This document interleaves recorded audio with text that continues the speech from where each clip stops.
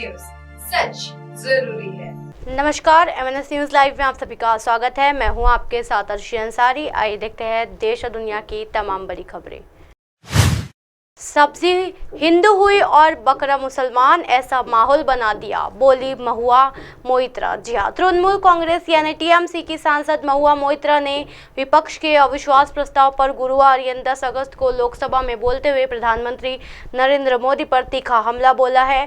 इस दौरान उन्होंने परोक्ष रूप से केंद्र सरकार पर सांप्रदायिक माहौल बनाने का आरोप लगाया है और सब्जियों और बकरे का जिक्र करते हुए ऐसा तंज कसा कि TMC सांसद का बयान सोशल मीडिया पर वायरल हो रहा है। जी हाँ, महुआ मोइत्रा बोली, ये हमें शर्त से भर देता है। महुआ मोइत्रा ने काफी आक्रामक अंदाज में सदन में अपनी बात रखी। अपने भाषण के दौरान मोइत्रा ने कहा, भारत ने आप यानी PM मोदी पर भरोसा खो दिया है। सबसे महान लोकतंत्र के प्रधानमंत्री का नई संसद के चैम्बर में बहुसंख्यक धार्मिक संतों के सामने झुकने का दृश्य हमें शर्म से भर देता है।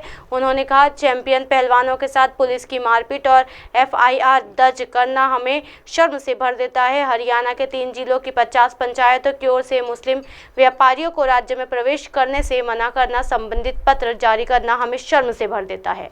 सब्जियां हिंदू, बकरा मुसलमान। जी हाँ, इसी दौरान महुआ मोइत्रा ने तेजी से कंच कसा है। नफरतों की जंग में अब देखो क्या क्या हो गया, सब्जियां हिंदू हुई और बकरा मुसलमान हो गया। TMC सांसद मोइत्रा ये भी कहा, सब पूछते हैं कि अगर मोदी जी नहीं तो कौन। मणिपुर पर इन निष्क्रियता के बाद भारत कहेगा, मोदी के अलावा कोई भी। जी हाँ, लोकसभा में गिर गया अविश्वास प्रस्ताव। बता दें कि गुरुवार यानी 10 अगस्त को अविश्वास प्रस्ताव पर चर्चा का आखिरी दिन था। प्रधानमंत्री नरेंद्र मोदी ने गुरुवार को ही विपक्ष नेताओं के आरोपों का जवाब देते हुए विपक्ष पर जोरदार हमला बोला और अपने भाषण के अंत में मणिपुर पर भी बयान दिया। मणिपुर हिंसा के मुद्दे पर ही PM मोदी के भाषण की मांग करते हुए ही विपक्षी गठबंधन इंडिया केंद्र के खिलाफ ये अविश्वास प्रस्ताव 26 जुलाई को लाया था। गुरुवार को लोकसभा में विपक्ष का ये अविश्वास प्रस्ताव गिर गया। जितेंद्र आवाड़ का ध्यान भटकाने के लिए अजित पवार ने चली ये चाल, दोनों के बीच सुलह की अटकलें तेज। जी हाँ, थाने में NCP के दोनों गुटों के बीच क्या चल रहा है, इसे समझने का कोई तरीका नहीं है। उप मुख्यमंत्री अजित पवार ने NCP अध्यक्ष शरद पवार के विचारों के खिलाफ जाकर सत्ता में भागीदारी का फैसला किया। उनके इस फैसले का शरद पवार के साथ साथ थाने के मुंब्रा कुलवा के विधायक जितेंद्र आवाड़ ने भी विधेयक को किया था। जी हाँ, आवाड़ लगातार अजित पवार के गुट की आलोचना करते नजर आए, लेकिन अब जितेंद्र आवाड़ और अजित पवार के बीच सुलह की बात चल रही है। इसके पीछे की वजह बिल्कुल वैसी ही है, जितेंद्र आवाड़ पर नहीं दिया कोई बयान। जी हाँ, अजित पवार गुट 9 अगस्त को थाने में एक कार्यक्रम आयोजित किया था। इस कार्यक्रम में उनसे जितेंद्र आवाड़ के बारे में सवाल पूछा गया।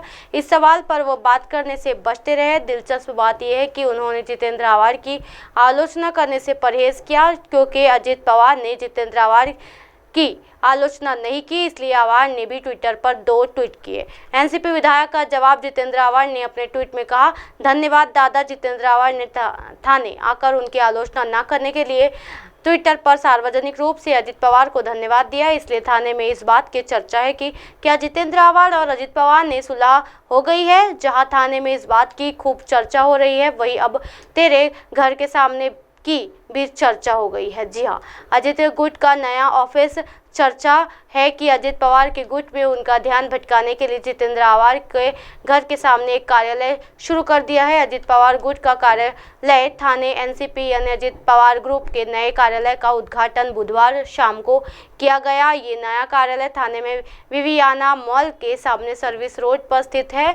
विवियाना मॉल के पीछे विधायक जितेंद्र आवाड़ का भी घर है। आवाड़ के घर के सामने जो सड़क का हाईवे पर आती है, वह इस नए काम के ठीक सामने है और अब थाने में केवल एक ही चर्चा है। जी हाँ, इस बारे में जब थाने शहर अध्यक्ष आनंद परांजपे से पूछा गया तो उन्होंने कहा, हमें ये जगह पसंद आई, ये बहुत अच्छी है। हालांकि ये मुख्य शहर से थोड़ा बाहर है। अब थाने के शहर केवल नौपाड़ा, पचपाखारी आदि नहीं है। परांजपे ने बताया कि हमने इस स्थान पर यह कार्यालय इसलिए स्थापित किया है क्योंकि हमें सभी पहलुओं से इतना केंद्रीय स्थान मिला है। इसी तरह की दिन भर की तमाम बड़ी खबरों से फिर कराओगे आपका रूबरू। तब तक के देखते रहिए MNS न्यूज नेटवर्क। मेरे साथ ये अर्शी अंसारी के साथ नमस्कार।